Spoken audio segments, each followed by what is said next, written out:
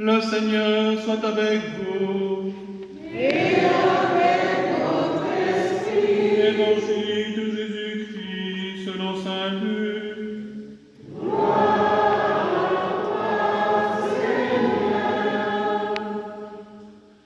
En ce temps-là, Jésus entra dans un village.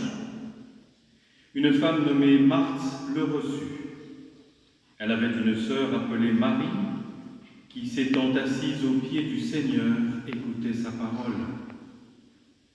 Quant à Marthe, elle était accaparée par les multiples occupations du service. Elle intervint et dit « Seigneur, cela ne te fait rien que ma sœur m'ait laissé faire le service, dis-lui donc de m'aider. » Le Seigneur lui répondit « Marthe, Marthe, tu te donnes du souci et tu t'agites pour bien des choses. Une seule est nécessaire. Marie a choisi la meilleure part, elle ne lui sera pas enlevée. » Acclamons la parole de Dieu. Louange à toi, Seigneur Jésus.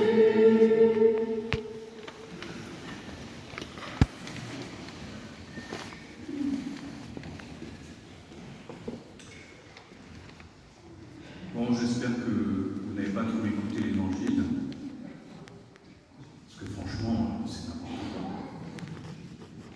Alors voilà, il y en a une qui ne fait rien, et elle a choisi les meilleures parts, oui, ça repose. Et puis une autre qui fait tout, et c'est elle qu'on réprimande. Non mais franchement, bon, il y a bien une explication, sinon ça ne serait pas dans le texte, et puis je ne serais pas là, et puis je n'aurais pas commencé comme ça. Bon. C'est cette interprétation un peu forte selon laquelle les personnes qui seraient mises à l'écart pour écouter la parole et qui n'auraient pas à s'occuper des activités quotidiennes de tout un chacun, à travailler, à suer pour obtenir leur nourriture, auraient choisi la meilleure part. Pense aux moines, aux religieux, à ceux qui portent des aubes blanches, et puis toutes les autres, celles qui s'acharnent, celles qui gagnent le pain à la sueur de leur front, toutes celles-là, c'est gentil, mais c'est moins bien. Cette interprétation-là, n'oublions pas, pendant des années et des siècles, elle a traîné dans la tête de beaucoup de personnes. Et finalement, on ne voyait les saints que parmi les religieux, les moines, etc., les religieuses. Et aujourd'hui, on a compris que ce n'était pas du tout ça. On a compris que, d'abord, une blouse blanche ne donne pas la garantie de la sainteté, et qu'à l'inverse, des habits ordinaires, les vôtres, les miens, ne donnent pas la garantie d'être éloignés de Dieu pour toujours. On a compris cela, et par surcroît, regardez Abraham. Abraham, comment accueille-t-il le Seigneur? Il était assis devant sa tente, et il se lève, et il fait comme Marthe, et il court ici chercher un veau, il court demander à sa femme de faire une galette, bon c'est encore elle qui l'a fait, il l'a fait pas, mais bon. Et puis il va chercher du fromage, et puis il revient, et puis il se met à l'écoute, il se met debout devant les personnes, pour les écouter à ce moment-là. Les deux vont de pair, évidemment. Le service, l'écoute de la parole vont ensemble. Et puis le service de Marthe, il est très bon. C'est précisément celui que demandait le psaume que nous avons entendu. Ce psaume disait « Que faire pour entrer sous la tente du Seigneur ?» C'est-à-dire pour être en sa présence, c'est un psaume de pèlerinage. Mais il faut pratiquer la justice. Il faut écouter la parole du Seigneur, mais il faut pratiquer la justice. Voilà ses voies. Et pratiquer la justice, c'est ce que l'on fait comme Abraham ou comme Marthe. On se met au service des autres. Et on applique notamment la très importante loi de l'hospitalité, qui était déjà importante dans ces pays et qui l'est restée. Alors, pourquoi cette opposition entre l'écoute, le service? Est-ce que finalement, il y a quelque chose que nous n'avons pas compris? De fait, ma question, c'est pourquoi Marthe est-elle réprimandée puisqu'elle fait ce que demande le Seigneur pour la justice? Et bien d'abord, d'abord, regardons bien, elle n'est pas vraiment réprimandée. Vous avez entendu comment le Seigneur lui parle?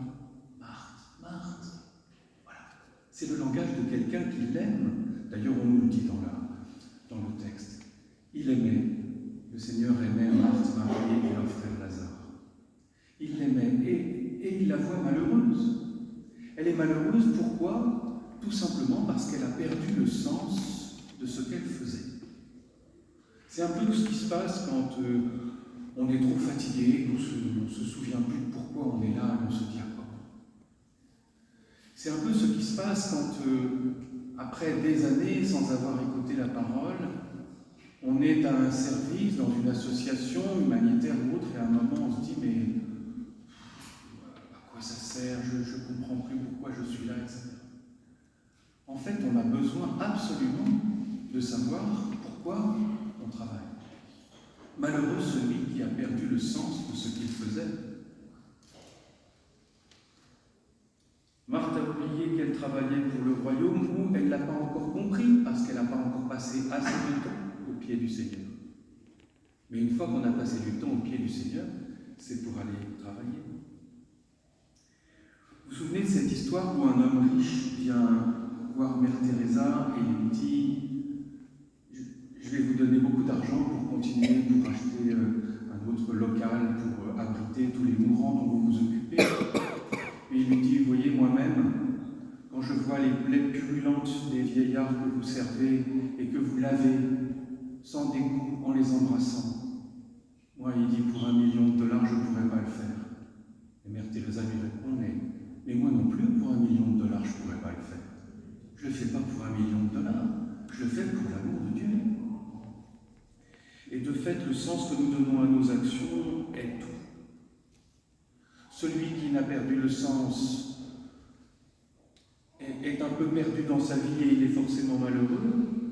Et de fait, parfois les tâches nous pèsent, mais regardez, ce ménage que vous faites tous les jours, ou tous les mois, ou un peu moins longtemps, ce ménage-là, quand vous le faites, parce qu'il y a un enfant qui revient et que vous n'avez pas vu depuis longtemps, le ménage lui-même est une fête.